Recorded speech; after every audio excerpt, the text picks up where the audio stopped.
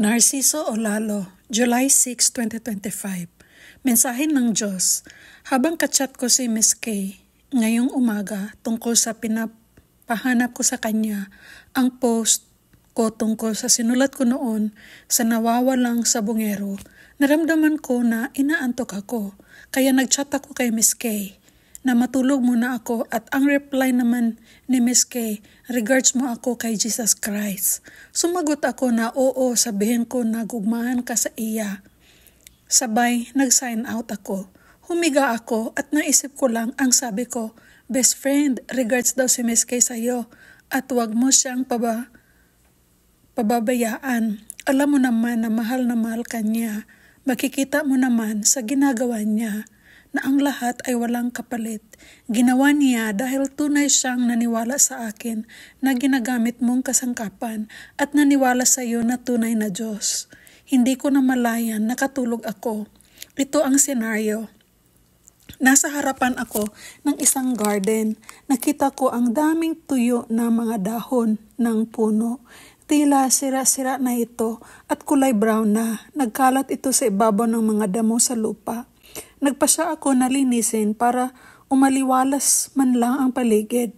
Pagkatapos naisip ko, kaninong garden kaya ito? Sabay narinig ko ang boses ng Diyos. Miss Kay, ang salita ng Diyos, ang mensahe ng Diyos. Ang paliwanag ko nito gagawin mamayang kunti sa Zoom meeting na gagawin ko 9 a.m. oras sa Pilipinas sa araw na ito, July 6, 2025. Kasi, Ano sabi mo, kaya yun? ikaw muna Miss Kay, meron dyan? Sira. Siguro yun ang kidney ko, Brother Nars. Kasi lately, hindi nga alam ni Mike, yung nagpa-lab work ako, ano, mababang mababa.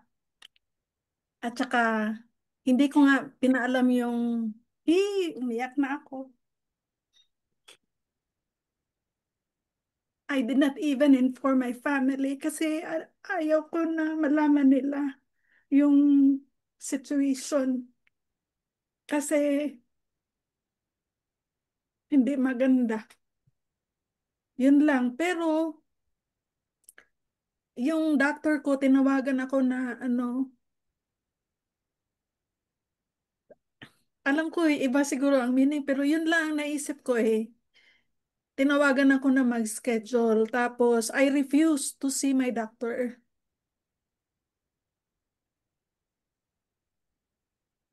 Nang may invitation ako sa Ohio.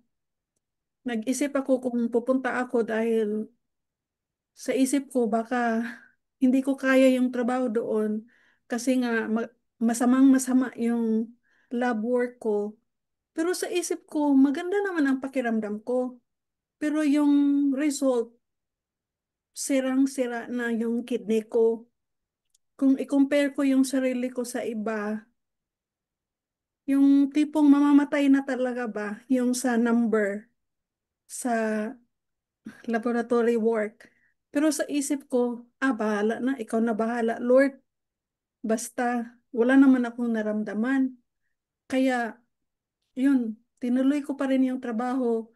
Sabi ko, kung ma-survive na ako ang trabaho doon, siguro okay pa ako. Tapos yun nga, ang para sa akin, yung sirang-sira na, yun, ang kidney ko. Kasi yun talaga ang totoong story sa sakit ko. Pati asawa ko hindi niya alam na gano'n na kalala. Pero hindi ko sinabi kahit yung family ko, wala. So yun lang, Brother Nars. Siguro nilinis ni Jesus? Hindi ko alam. I shared the message kay Mike kanina. Sabi ko, tulungan mo ako anong meaning kasi pa-explain ni Brother Nars. Isa din ang word ang sinabi niya, magpasalamat ka na lang kay Jesus Christ at kay Narciso o lalo siguro kidney mo yan, sira, sabi niya. Hindi naman niya alam. So yun lang, Brother Nars. Maari din na sa health ko, yun ang interpretation ko. Kung sa trabaho ko naman, sirang-sira ang trabaho ko? Hindi naman siguro.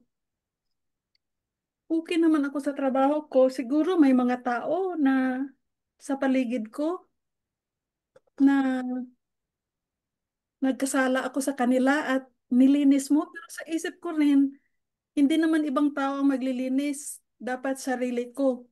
So I'm a little confused kung ano ang meaning, Brother Nars. Sa isa lang masasabi ko, thank you sa lahat na paglilinis sa akin. Makasalanan man, sa health ko man, or whatever. Isa lang ang masasabi ko, maraming salamat. Yun lang. Mamili ako doon kung saan ang tama. Hindi, yun lang ang alam ko kasi sirang-sira na. So Kaya maaring nagsala ako, nilinis, pero sa isip ko, bakit si Brother Nurse ang maglinis? Ako ang maglinis sa sarili ko. maraming salamat, Miss K. Yun. Thank Kaya ako, you. ayoko mag-regard sa best friend ko eh. Sino mag-regards? Gusto mag-regards sa ano? Ha? Mag, mag-message lang kayo kung sino gusto mag-regards. Regards ko kayo. So either yung ano ninyo, buhay ipakita, gawain o ano man ang hinaharap. Kung ano yung lalabas, iyon ang talaga ipaliwanag ko.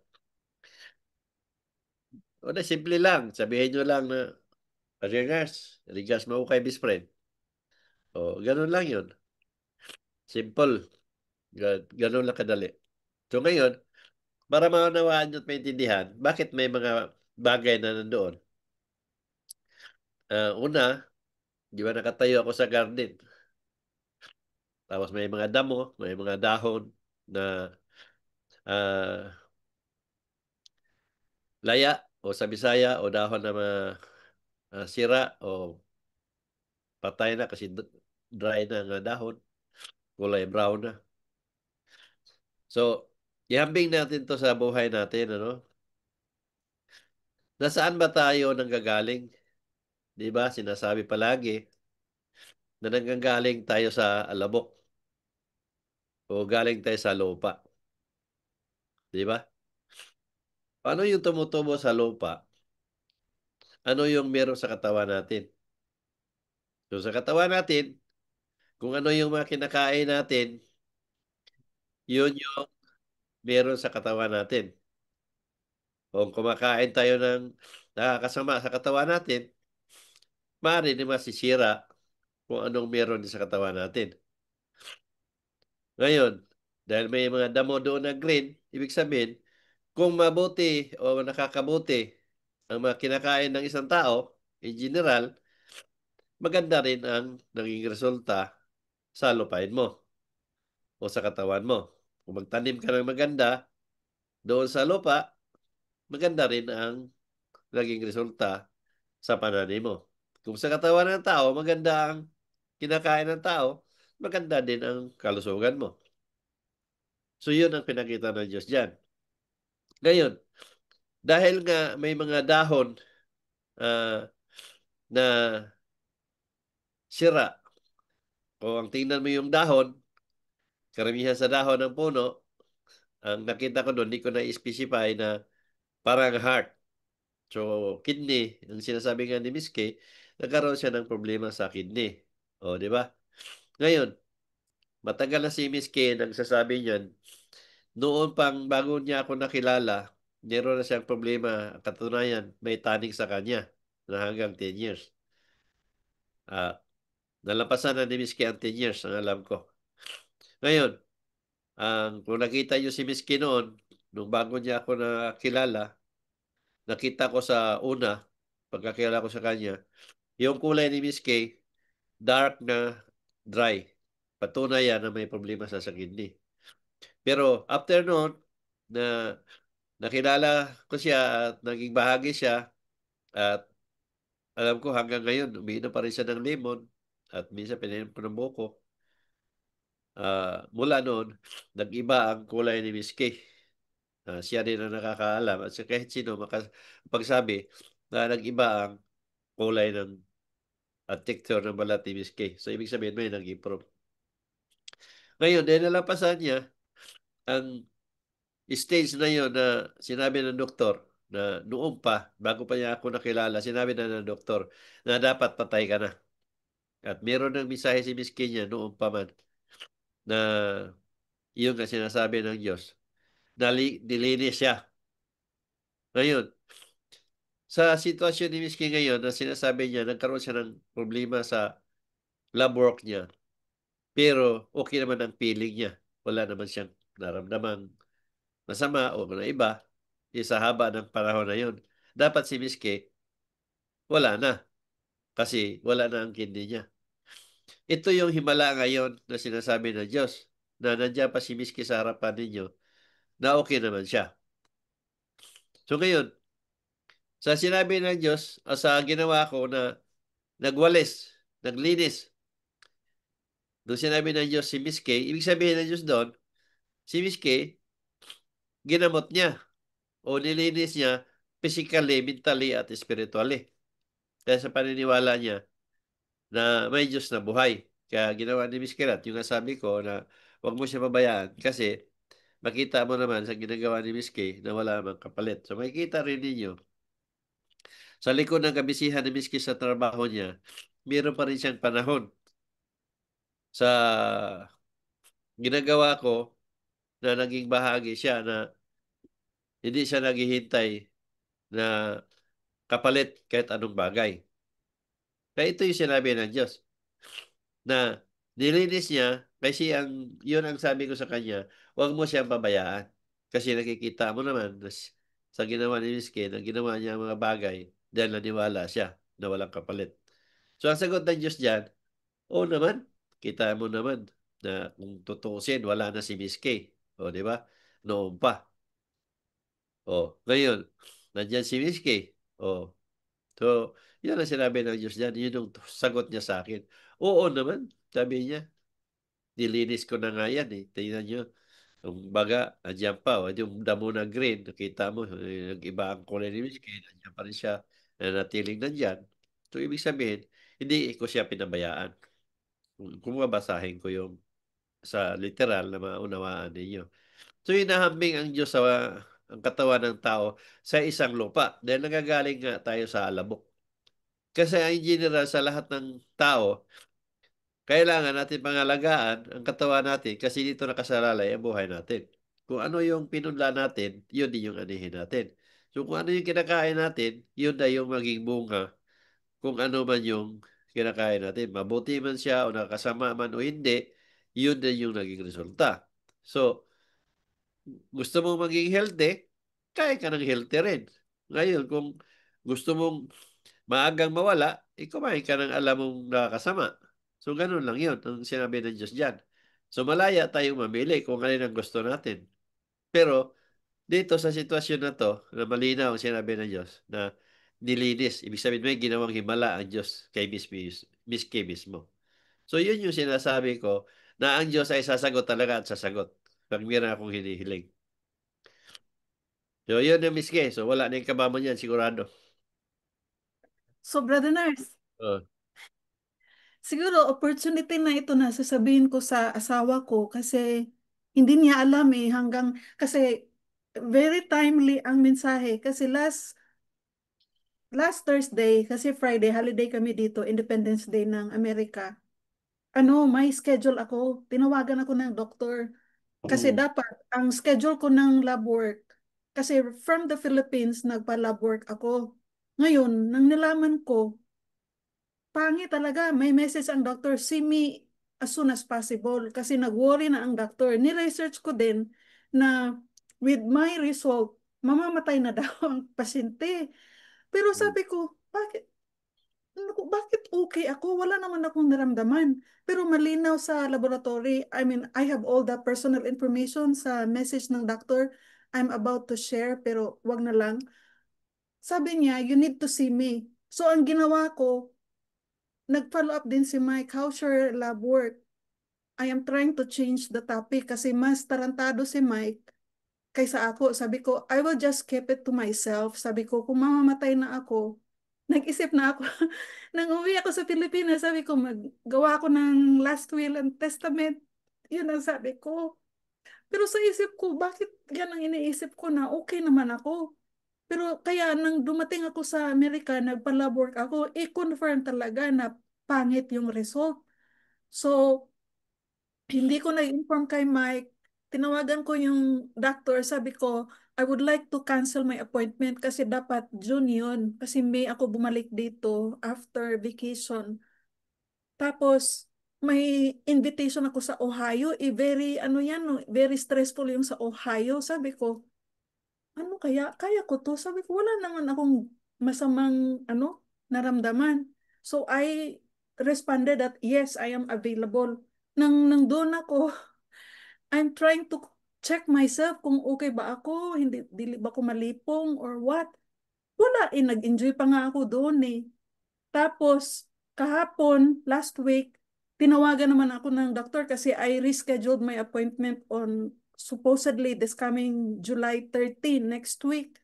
Ngayon, I am afraid na mas worse pa ang result. I don't want to see my doctor anymore. Sabi ko, kay Jesus lang ko nagsulti sa akong problema. So I called up my doctor again. Sabi ko, no, I want to reschedule again. Nakausap ko, sabi ko, I want only video appointment. Sabi naman ng nurse, no, the doctor wants to see you in person. Sabi ko, when? Isa, your appointment is next week, correct? I said, yes. I said, can I reschedule because I'm not available? But then I am available. I'm trying to Mm. avoid my doctor.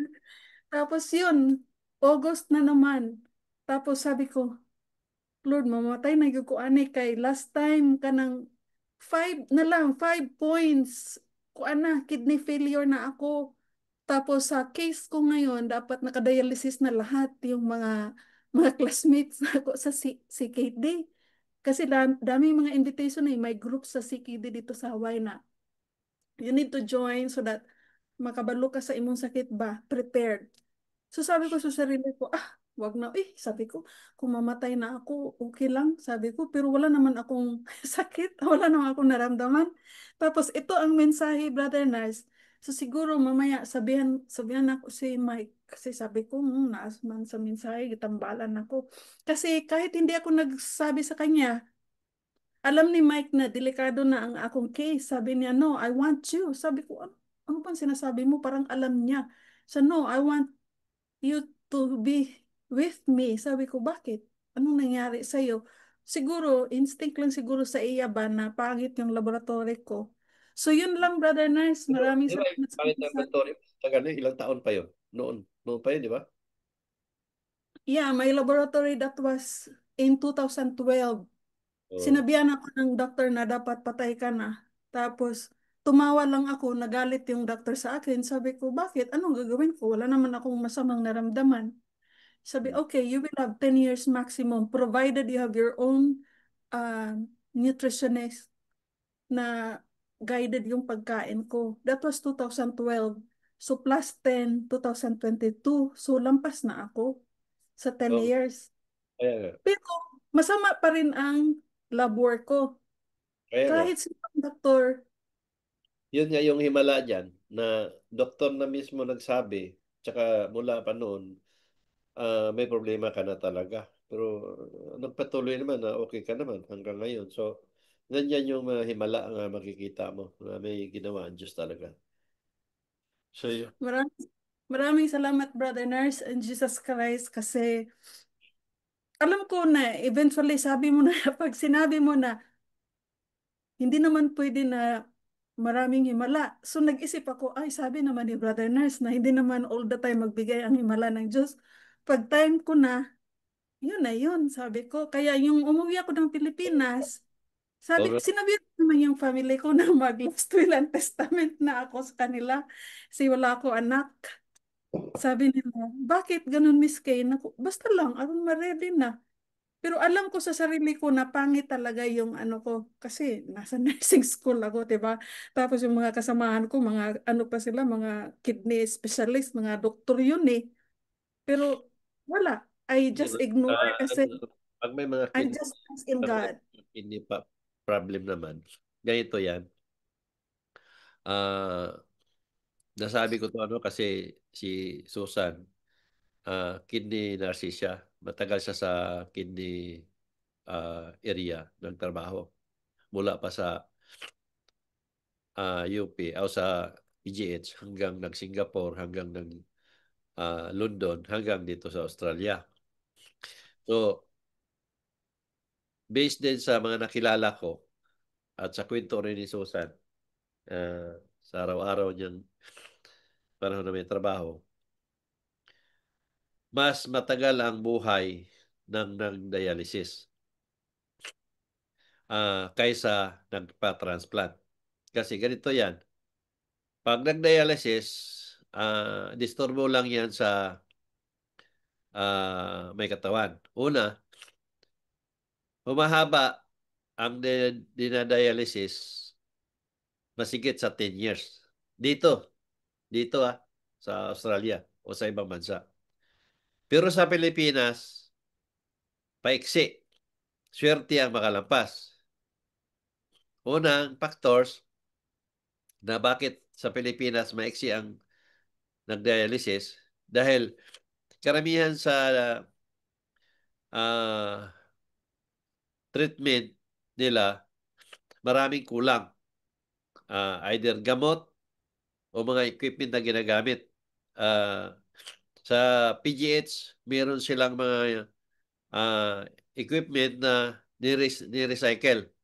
Yung i-disinfect lang nila, lagyan ng disinfectant or bleach o tulad ng mga dialysis filter, dini-inspect lang nila tapos i-reuse. So pag gano'n ang ginagamit, mas prone ang pasyente na magkaroon ng infection.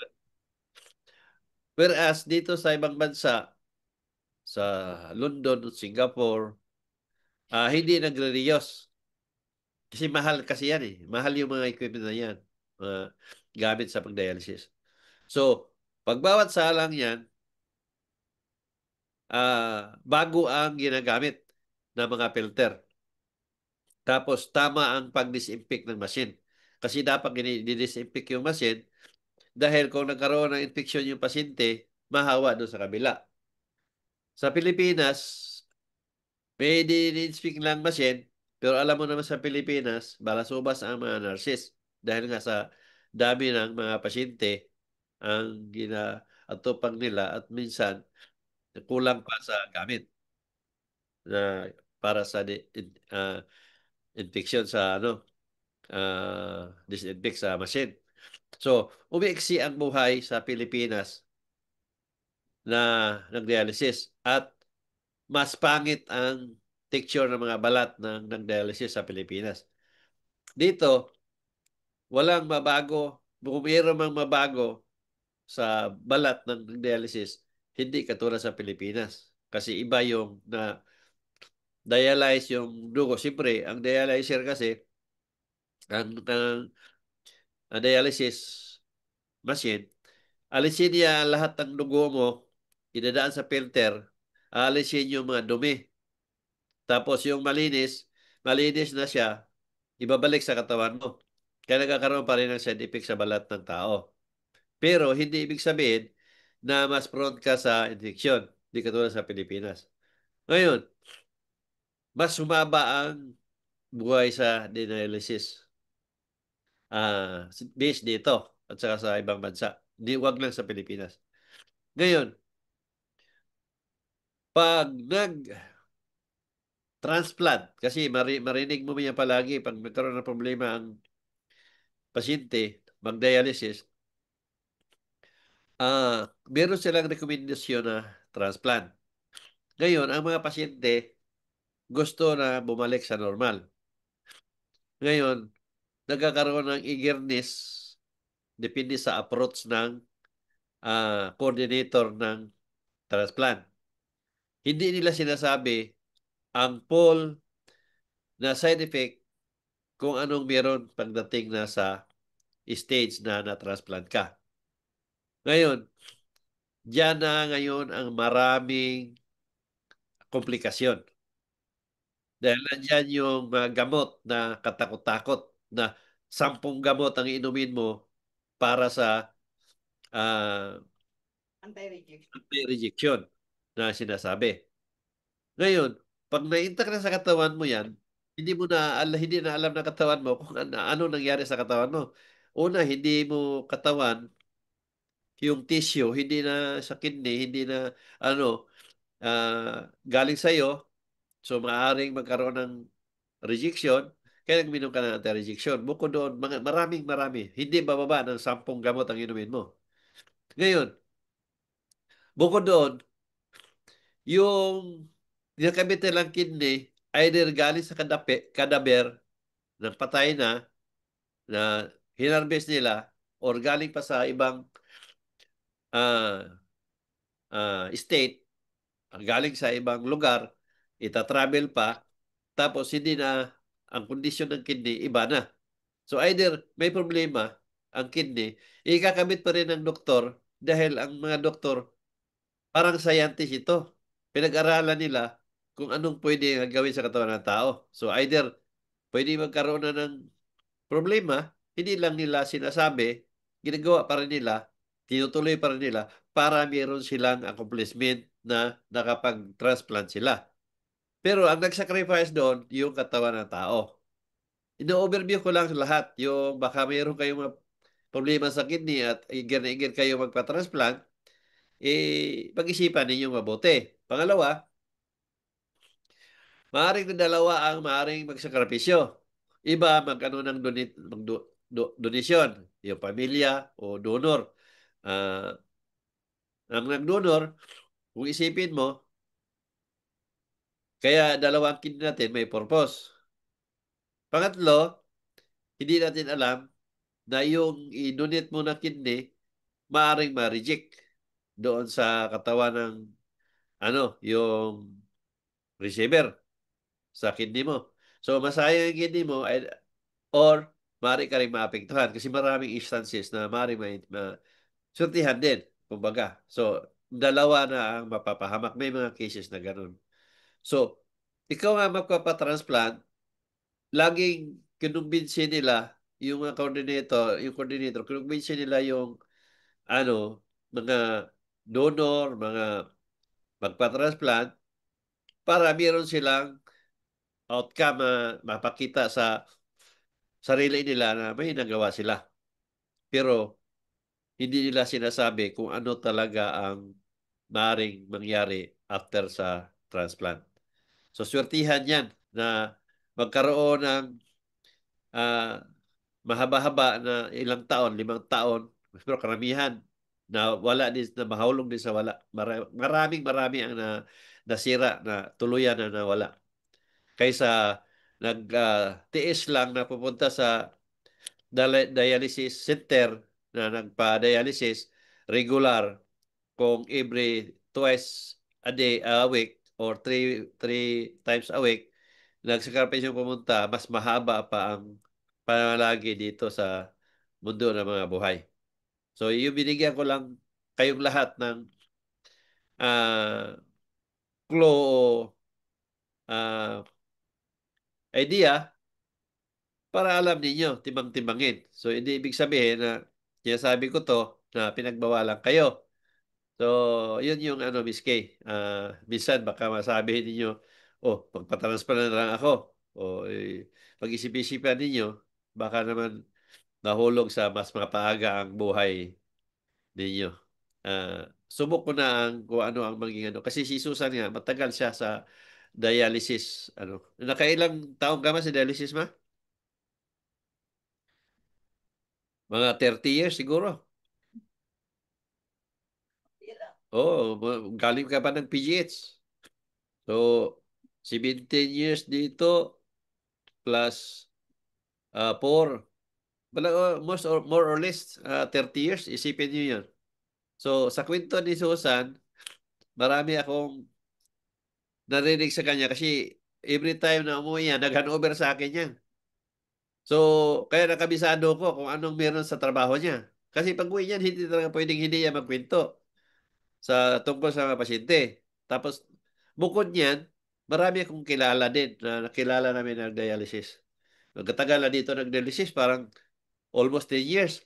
Uwi sa Pilipinas, nagbakasyon doon sa Lucina. Isang linggo lang. Wala, 2 linggo ba?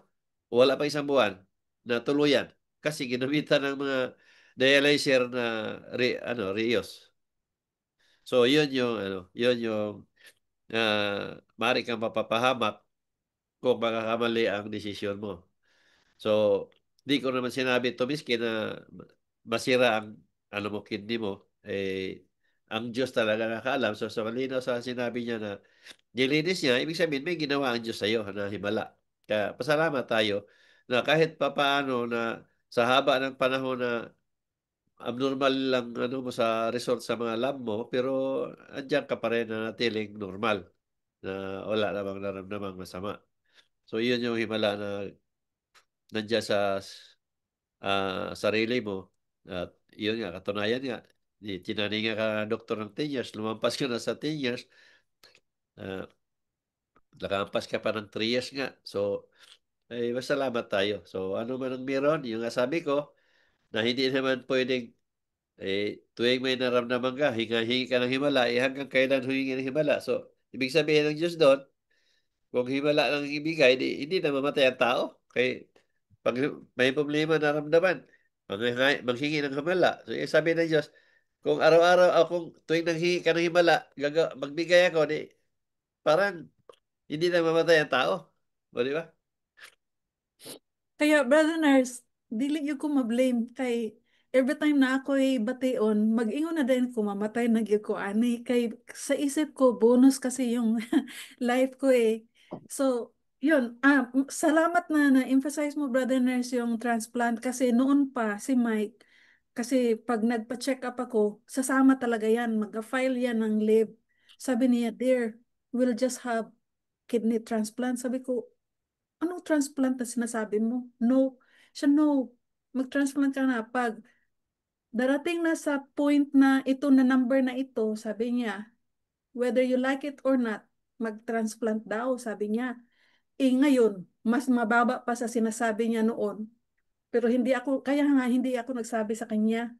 Sabi ko, bahala na Yun si kasi Lord. ang yun kasi ang totoong nangyayari sa sa transplanting. Kaya nga ang mga doktor nga kahit nga 17 na tinatransplant pa rin nila. Bata ang kidney or bata ang bata o matanda ang kidney, tinatransplant pa rin nila. Kasi ang mga doktor kasi parang scientist yan eh. Nag-aaral sila ng nag-aaral. Either maging successful o hindi. Wala silang pakialam doon. Basta ang alam nila, mayroon silang ginawa. Kung ano yung maging outcome, charge to experience. Ganun talaga ang ginagawa ng mga doktor. Pero yung pagkabit pa ako, straight away hindi gumana. Oo, meron ngayon sabi ni Susan, no? Paglagay, hindi gumagana. Straight away. Hindi gumagana. May iba naman na paglagay niyan, gumagana. Pero mayroong maintenance na mga gamot na hindi bababa ng 10 gamot na maintenance mo. Nandiyon lahat kasi magkaroon ng komplikasyon. Yung sugar mo, yung uric acid mo, yung cholesterol mo, madami komplikasyon. So, lahat ng gamot, meron siyang ibigay sa iyo. So, inumin mo lahat. Isipin mo yung 10 gamot. Palagay mo lang 10. Diabetic. No, once daw mag-transplant, diabetic ng ano, Insulin. anong tao kasi nagbibigay ng insulins palagi. So, ngayon, ah yung abnormality mo sa katawan mo maring mag-cause ng ah side, side effect ng sa katawan mo na mag-anti-reject siya or magkaroon ng problema uli. Yun yung ano doon kasi hindi mo katawan yun eh. Hindi galing sa katawan mo eh. So, parang nag-drafting ka ng ano ba? Isang puno na hindi naman niya katawan, mas magkaroon ng komplikado. Yung puno, pwedeng successful, pero sa katawan natin, iba. Kasi tissue yan eh.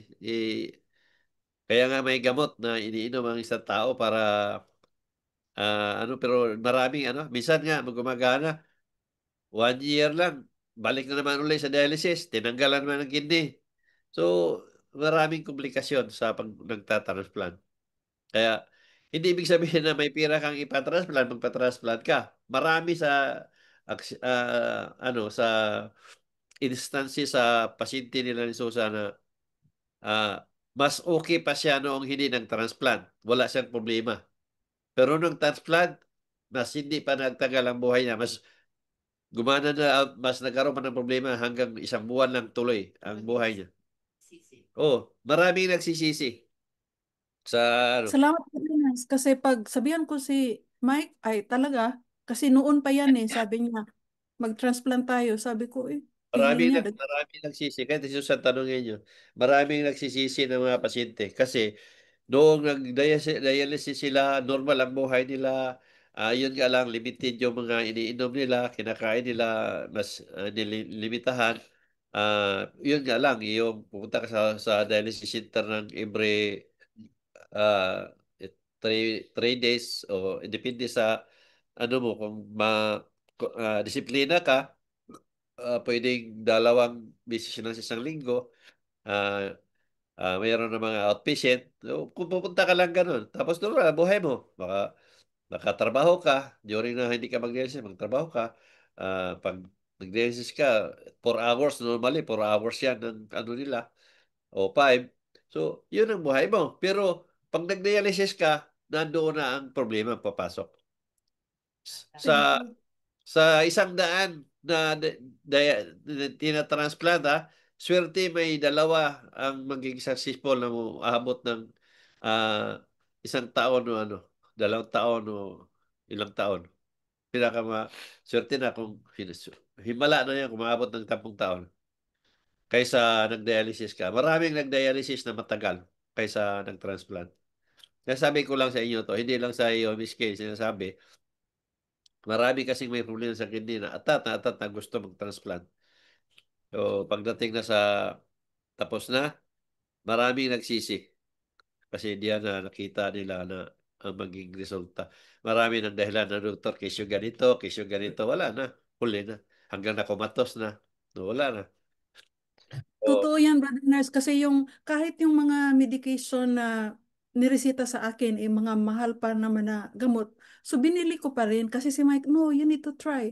So, try na ako. Pag take na ako ng medication, murahin nun ko mamatay kay murag, masuka ko, magluya ko, na masakit unuguan ba, giundangan man ako tanan. Wala na ako gitik. maganda Ningon ang pa nga doktor, yung pinapainom ko sa tao, buko. Talagang ano yan, 100% accurate, hindi ang tawag nun, yung 100% na effective ang kidney. Dami akong ginamot na kidney, bato, UTI, ah, mga problema sa kidney. Gumagaling sila. So, ibig sabihin, yung buko, yung acid, talagang naglilinis siya, naglulusaw siya. Kasi bato sa kidney, nalulusaw sa buko eh. Buko lang mm, pinainom ko eh. Sa atay, mga problema sa atay, buko rin yung ginagamit ko. So, ano nga, sa prostate nga, buko pa rin yung ginagamit ko. So, pag mas nagagaling sa bibig ko, alam na Diyos yun kung anong, ako, hindi ko masabing paano niya ginawa. Basta, pag sinabi ng Diyos kung ano yung gamitin ko, yun ang ginagamit ko. Sabi nga, kung ano lumabas sa bibig mo, yun ang masusunod. So, ayun, buko talaga ang ano ko. Kaya nga ako nga mismo rin eh. Umiinom ako ng buko palagi. Dahil dito, pabibisan-bisan, bili kami buko. Pag uwi ko sa Pinas, talaga araw-araw kung may buko, araw-araw. Kaya yung buko ni Yalibet, pag nandun ako hindi, bago ako bumalik, kalbo na yung buko niya, yung niyong, wala ng buko. Kaya ako talaga ang nanungkit ng buko doon sa buko niya ng Libet. So, ayun, sinasabi ko, kung may buko kayo, mas maganda ang buko. Pero, mas maganda yung bumili ka ng buko na alam yung, ah, tawag nun, yung sinasabi na medyo luma na, natural pa rin yung tubig niya na acid. Yung ang laman niyan, medyo pinky-pinky na, violet, pero buko pa rin yun. Intact pa rin yung acid ng buko. Kaysa bumili ka ng dilata na buko Diyos, wala na akong ano doon. Tiwala kasi tubig na yun at saka preservative at saka yung flavoring na lang ang meron doon. Hindi totally buko. Kaya mas gusto ko, na mainom niyo, yung buko talaga na alam ko naman na pag galing sa may ibang bansa, magkakaroon talaga ng problema ang buko. Either baka maswertihan bumili masariwa pa kaysa ah, yung kaysa bumili ka ng dilata. Maybe sometimes kabili ka rin ng pinky-pinky na violet na pero buko pa rin. Yun ang inom namin dito. Oo So nga, yun lang. brother na. Salamat na sa misahe ng Diyos. Kung wala ka rin nag-regards, wala din siyang misahe sa'yo. So, dahil Iwan ko, bakit nag-regards ako, hindi ko rin alam eh. Wala, isabi mo nabis kasi sa chat sabi ko, Miski, matulong mo kasi naantok ako. Sabi mo, Bananas, regards ako kay Jesus. So, naman doon sa chat, malinaw yun. So, ako naman, Wala. pag Ewan ko kung bakit inuutosan ako, sinabi ko yan. inuutosan ako, dahil talaga susunod ako. Kulbaan kayo ko. Ay, Jesus Christ. I know, dili, sometimes una-una, gyud ko, brother nurse, I hope deserving ko sa mga mensahe. Kaya, basta, salamat. Yun na lang ang masasabi ko. Lahat naman yan. Kita mo naman yun. Yung kasama mo nga doon na hiningi ako ng mensahe, binigay din. O, ikaw nakasaksi din kung anong sinikwento sa'yo. O, di ba? Hmm.